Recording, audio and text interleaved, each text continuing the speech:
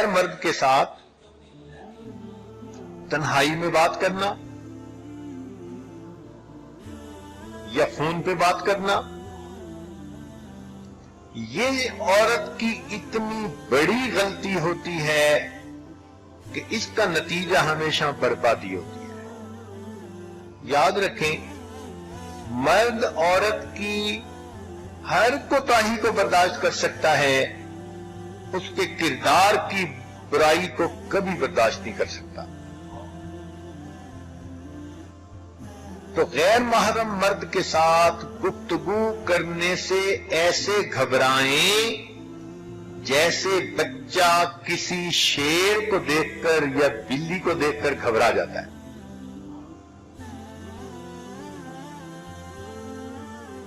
اس معاملے میں اپنے کردار کو بے داغ رکھیں۔ جب مرد کے دل میں یہ بات ہوتی ہے کہ میری بیوی پاک دامن ہے، تو وہ پھر اس کی کڑوی کسیلی بھی آرام سے برداشت کر جاتا ہے۔ آپ نے دیکھا نہیں کتنی خوبصورت لڑکیوں کو طلاقیں ہوتی ہیں، ان کا سبب یہی مصیبت بنتی ہے۔ کسی کا فون آ رہا ہے، کسی کے میسج آ رہے ہیں، کسی سے بات ہو رہی ہے، خامن کو ذرا اس کا پتہ چلا تو بس یہ چیز میاں بیوی کے درمیان فاصلے ہونے کا سبب بن جاتی ہے۔ اس لیے خامن کی اجازت کے بغیر کوئی کام بھی نہ کیا کریں، اور خامن کی اجازت کے بغیر گھر سے بھی نہ نکلا کریں۔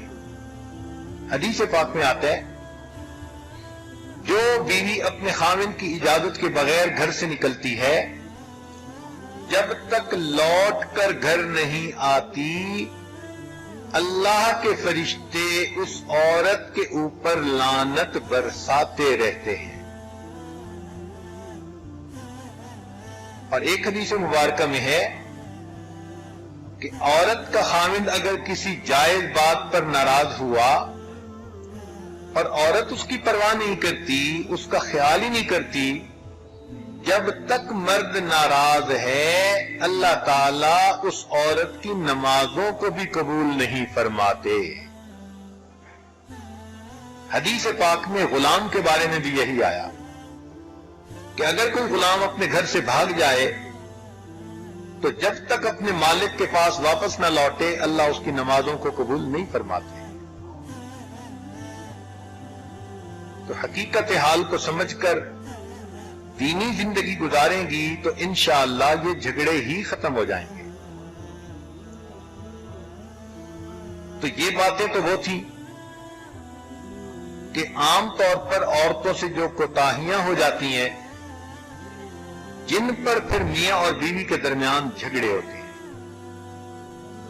بلا اجازت کام کرنا یا بغیر اجازت گھر سے جانا، یہ بڑی غلطیوں میں سے غلطی ہے۔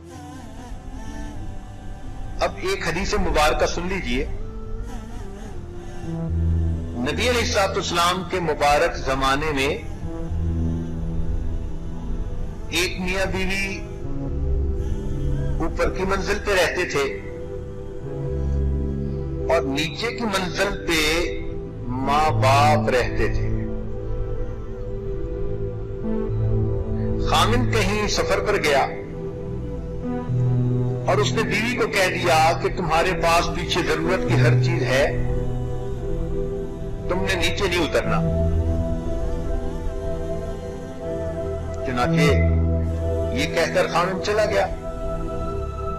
اللہ کی شان دیکھیں کہ والد صاحب بیمار ہو گئے۔ وہ صحابیہ عورت سمجھتی تھی کہ خامن کی اجازت کی شریعت میں کتنی اہمیت ہے۔ اب یہ نہیں کہ اس نے سنا کہ والد بیمار ہیں تو وہ نیچے آ گئی، نہیں، اس نے اپنے خامد کی بات کی ریسپیکٹ کی اور نبی علیہ السلام کی خدمت میں پیغام بھجوایا کہ میرے خامد نے مجھے منع کر دیا تھا گھر سے نکلتے ہوئے، اس سے رابطہ بھی ممکن نہیں تھا، اس زمانے میں کوئی سیل فون بھی نہیں ہوتے تھے کہ دوبارہ پوچھ لیا جاتا، تو اے اللہ کے نبی کیا مجھے نیچے جانا چاہیے؟ نبی علیہ السلام نے فرمایا کہ نہیں، آپ کے خامن نے چونکہ آپ کو منع کر دیا تو آپ نیچے نہ آئیں۔ اب ذرا غور کیجئے، نبی علیہ السلام خود یہ بات فرما رہے ہیں کہ آپ خامن کی اجازت کے بغیر نیچے مت آئیں۔ وہ نیچے نہیں آئی۔ اللہ کی شان کہ اس کے والد کی طبیعت زیادہ خراب ہوئی، حتیٰ کہ والد کی وفات ہو گئی۔ جب والد کی وفات ہوئی تو اس اور صحابیہ نے پھر پیغام بھجوایا، اے اللہ کے نبی، کیا میں اپنے باپ کا چہرہ آخری مرتبہ دیکھ سکتی ہوں؟ میرے والد دنیا سے گزر گئے، میرے لیے کتنا بڑا صدمہ ہے۔